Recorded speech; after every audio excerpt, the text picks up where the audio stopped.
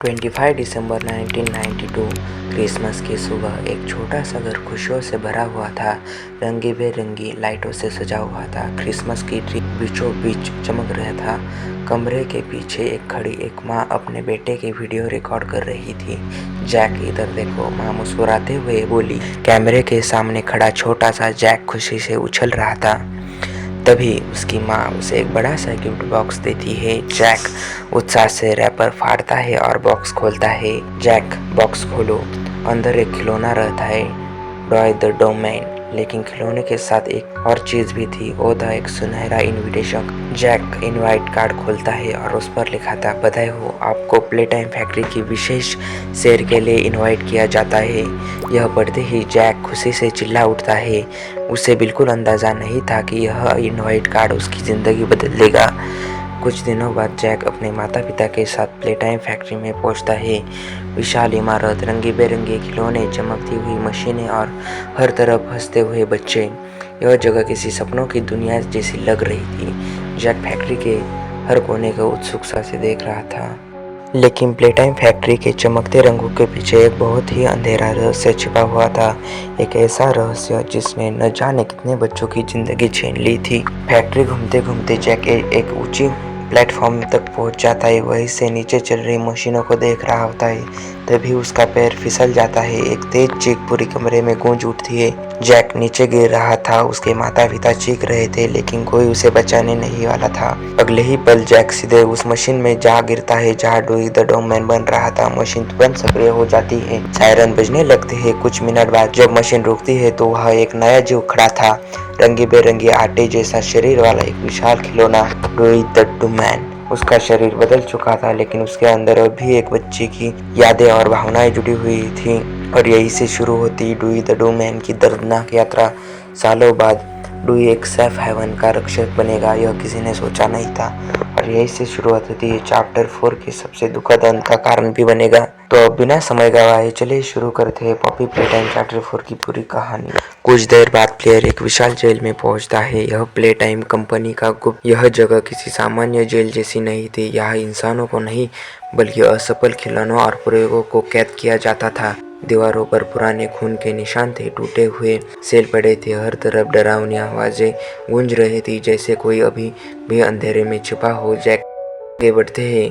Player को recording मिलती है। इन रिकॉर्डिंग से पता चलता है कि वैज्ञानिक था जिसे सभी द डॉक्टर कहते थे, वह उसका काम था बच्चों को खिलौने में बदल देना, जैसे कि जैक को द डोमेन में बदला गया था। लेकिन समय के साथ वह पागल हो गए। उसके प्रयोगों की वजह से कई बच्चों की जानें चली गई थी, लेकिन उसे कभी पछतावा नहीं हुआ। जेल के अंदर अचानक जमीन कांपने लगती है। अंधेरे में दो चमकती आंखें दिखाई देती है। फिर सामने आता है पियानोसोरस, एक विशाल राक्षस जिसका शरीर पियानो और जानवर का मिला जुला रूप लगता था। वह प्लेयर पर हमला कर देता है। प्लेयर भागने की कोशिश करता है, लेकिन राक्षस बहुत तेज था। कुछ ही सेकंड में प्लेयर लगभग पकड़ा जाता है। तभी अचानक एक विशाल आकृति सामने आती है और पियानोसोरस को पीछे ढकलती है। यह था डूई द डोमेन। पहली नजर में वह अजीब लगता है। उसका शरीर रंगी बेरंगी आटे जैसे सामग्री से बना हुआ था, लेकिन उसकी आवाज शांत थी। वह प्लेयर को नुकसान नहीं पहुंचाता, बल्कि उसे बचाकर अपने साथ ले जाता है। प्लेयर को पहली बार लगता है कि शायद सभी खिलौने दुश्मन नहीं है। डूई प्लेयर को एक गुप्त जगह पर ले जाता है। इस जगह का नाम था सेफ हेवन। यह प्रोटाइप के खिलाफ लड़ने वाले खिलौनों को छुपा हुआ घर था। यहाँ कई खिलौने रहते थे, कुछ घायल, कुछ डरे हुए, लेकिन सभी एक दूसरे की मदद कर रहे थे। यह प्लेयर की मुलाकात फिर से पॉपी से होती, और सबसे बड़ी राहत की बात है कि सिमी भी जिंदा थी, हालांकि वह बुरी तरह घायल थी। सेफ हेवन में डूई अपनी कहानी बताता है। वह हमेशा से ही ऐसा नहीं था। उसके अंदर 3 अलग अलग बच्चों की भावनाएं जो मौजूद थी। इन बच्चों के प्ले टाइम कंपनी ने प्रयोग किए थे। उनकी यादें और भावनाएं अभी भी डूई के अंदर थी। इसी वजह से वह बाकी राक्षसों से अलग था। वह दयालु था, परवाह करता था, और सेफ हेवन के सभी खिलौने उसकी अपना नेता मानते थे। पॉपी अब अपनी असली योजना बताती है।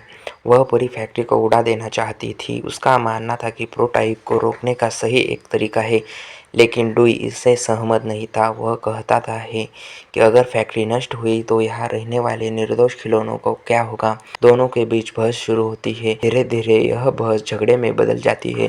प्लेयर समझ नहीं पाता कि किसका साथ दे। प्लेयर को आगे बढ़ना पड़ता है, लेकिन अब उसका रास्ते में यारनाबी था। यारनाबी प्रोटाइप का सबसे खतरनाक शिकारी था। उसका शरीर धागों और फर से बना था। उसके विशाल दांत किसी भी चीज को चीर सकते थे। पूरे नो मैन लैंड क्षेत्र में वह प्लेयर का पीछा करता है। यह हर सुरंग में, हर कमरे में, हर मोड़ पर प्लेयर लगातार भागता रहता है। यारनाबी अब उबलते लावे में गिर चुका था। उसकी चीख पूरे क्षेत्र में गूंजती है और वही उसका अंत हो जाता है। अब प्लेयर आखिरकार द डॉक्टर तक पहुंच जाता है। द डॉक्टर मशीनों के जरिए पूरे क्षेत्रों को कंट्रोल कर रहा था। वह प्लेयर को रोकने की पूरी कोशिश करता है, लेकिन कई पहेलियां और संघर्षों के बाद प्लेयर उसकी मशीन नष्ट कर देता है। द डॉक्टर हार जाता है। उसके साथ प्लेयर प्लेयर और प्लेटाइम कंपनी की कई रहस्य सामने आने लगते हैं, लेकिन असली मास्टरमाइंड अभी भी जिंदा था, प्रोटाइप। जब प्लेयर और पॉपी अपनी योजना पर काम कर रहे थे, प्रोटाइप चुपचाप अपनी चाल चल रहा था। वह डोई के सेफ हेवन से दूर ले जा रहा था और उसी समय सेफ हेवन पर हमला हो जाता है। जब प्लेयर और डोई वापस लौटते हैं तो उसका दिल टूट जाता है। पूरा सेफ हेवन नष्ट हो चुका था। हर तरफ मलबा था, टूटे हुए खिलौने पड़े थे, कई दोस्त हमेशा के लिए मर चुके थे। यह दृश्य देखकर डोई पूरी तरह टूट जाता है। इन सभी भावनाओं ने डोई के अंदर एक तोड़ दिया था। उसे लगने लगा कि प्लेयर और पॉपी गलती है। डोई के अंदर की सभी भावनाएं नष्ट होने लगी। उसे लगा कि ये सभी प्लेयर और पॉपी की गलती है। उसका शरीर कंट्रोल से बाहर होने लगा था। उसका आकार बढ़ने लगा था और देखते ही देखते वह एक विशाल मॉन्स्टर में बदल गया। अब वह सिर्फ हेवन का रक्षक नहीं था, वह एक क्रोधित दानव बन चुका था। यह चैप्टर 4 की सबसे बड़ी लड़ाई थी। डुई लगातार प्लेयर पर हमला करता है। उसके हर वार से जमीन हिल जाती है। प्लेयर फैक्ट्री की मशीनों को इस्तेमाल करता है। वह डुई को कमजोर करता है, फिर लिक्विड नाइट्रोजन की मदद से उसे जमाना शुरू करता है। धीरे धीरे डुई की गति कम से हो जाती है और अंत में एक विशाल मशीन में उसे कुचल देती है। मरने से पहले डुई की सच्चाई समझ आ जाती है। उसे यह एहसास होता है कि असली दोषी प्रोटाइप था, प्लेयर नहीं, पॉपी नहीं। वह दुखी होकर माफी मांगता है और फिर हमेशा के लिए शांत हो जाता है। यह पूरे चैप्टर का सबसे भावुक पल था। लेकिन कहानी का सबसे बड़ा ट्विस्ट अभी बाकी था। पूरे चैप्टर में ओली नाम का एक लड़का प्लेयर की मदद करता है। वह रेडियो के जरिए जानकारी देता है, रास्ते दिखाता है, खतरों से चेतावनी देता है, और लेकिन अंत में संकेत मिलता है कि शायद असली ओली ओली है ही नहीं। कई सबूत बताते हैं कि उसकी आवाज़ के पीछे खुद प्रोटाइप हो सकता है। अगर यह सच है तो प्रोटाइप शुरू से ही प्लेयर को कंट्रोल कर रहा था। चैप्टर 4 के अंत तक द डॉक्टर मर चुका था, यारना भी खत्म हो चुका था, सेफ हेवन नष्ट हो चुका था, डुई मर चुका था, लेकिन प्रोटाइप पहले से भी ज़्यादा शक्तिशाली बन चुका था। प्लेयर और पॉपी अब फैक्ट्री के और भी गहरे हिस्से में और आगे बढ़ रहे थे, जहां उनका सामना शायद प्रोटाइप से होने वाला है। और यही से चैप्टर 4 की समाप्त हो जाता है, लेकिन असली युद्ध अब शुरू होने वाला था।